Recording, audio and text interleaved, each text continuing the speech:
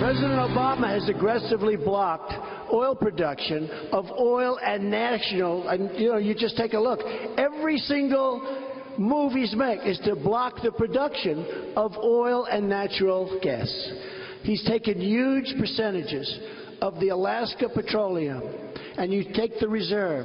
He's taken it off the table. He's taken it completely off the table. It is clear, and there is no authority for subsequent presidents to unwithdraw. That's not the authority that was granted. I can't speak to what future Congress or future Congresses may do.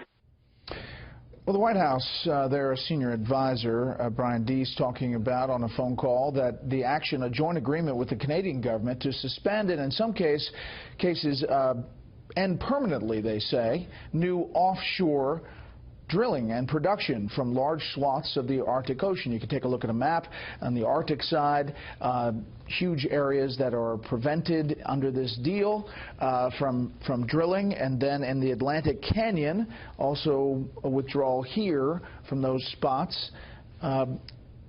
Obviously, environmentalists very happy about it, but others not so much.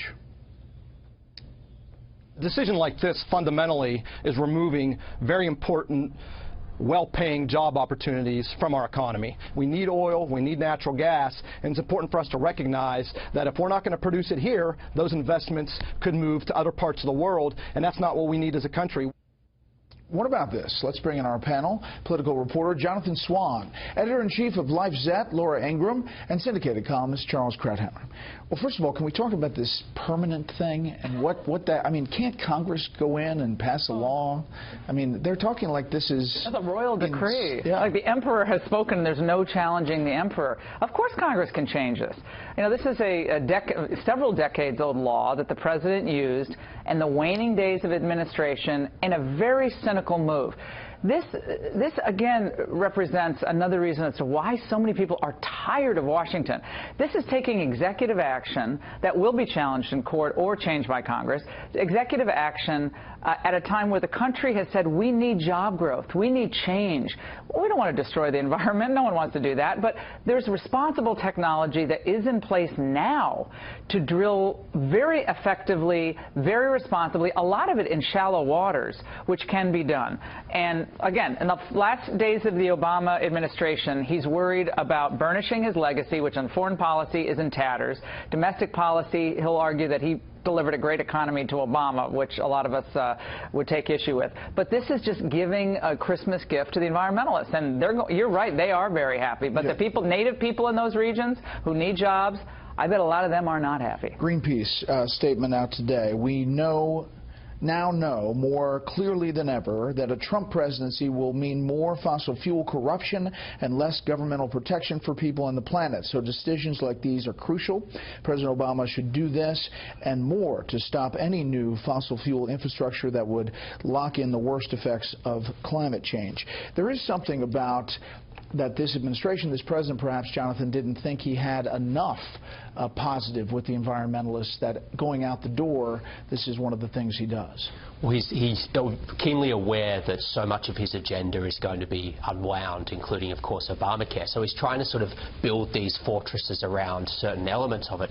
Now, talking to the people in the Trump orbit on this issue, one is there's no doubt this is going to be opposed and attempted to overturn. The question is how that's done, whether it can be done through executive action. The Obama team doesn't think that, but there's already lawyers looking at this in the energy sector, so that's one part of it. Congress will have a tougher time overturning it because it may need 60 votes, but they're going to oppose this. They believe these are lands that the public deserves and that will benefit them for jobs. Charles. This is so egregious. It's perfectly revealing of the fact that Obama, as he leaves the White House, he's trying to nail everything to the floor so it can't be moved. Of course it can be moved.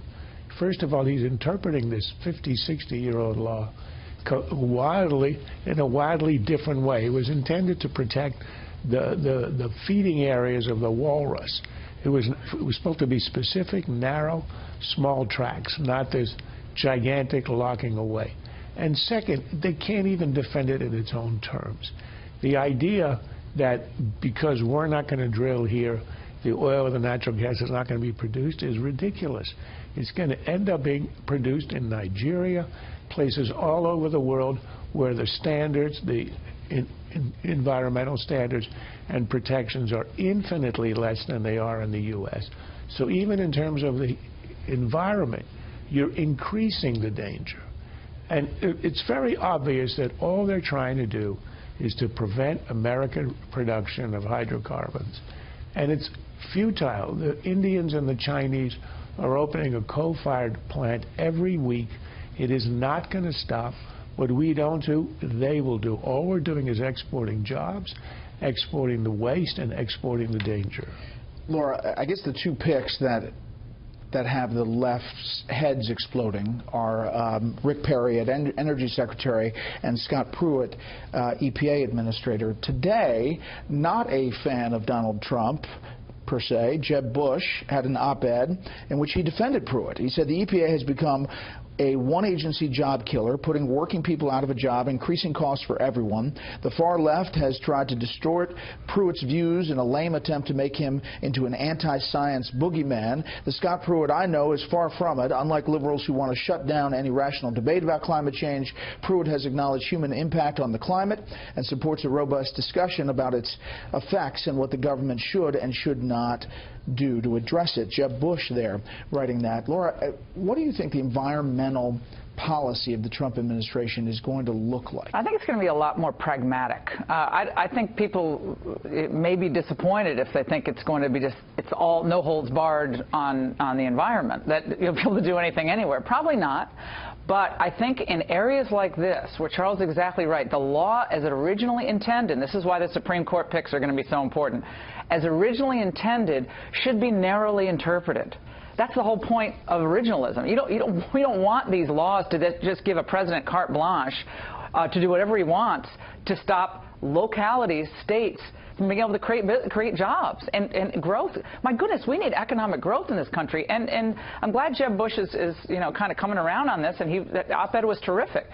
The name-calling and the demonization of good people who are themselves sacrificing a lot to go into government. Again, this is why people hate Washington. They want fairness, and they should fairly keep keep Trump in check when necessary, and fairly examine the facts on the ground. And quickly, Jonathan, Scott Pruitt was an attorney general.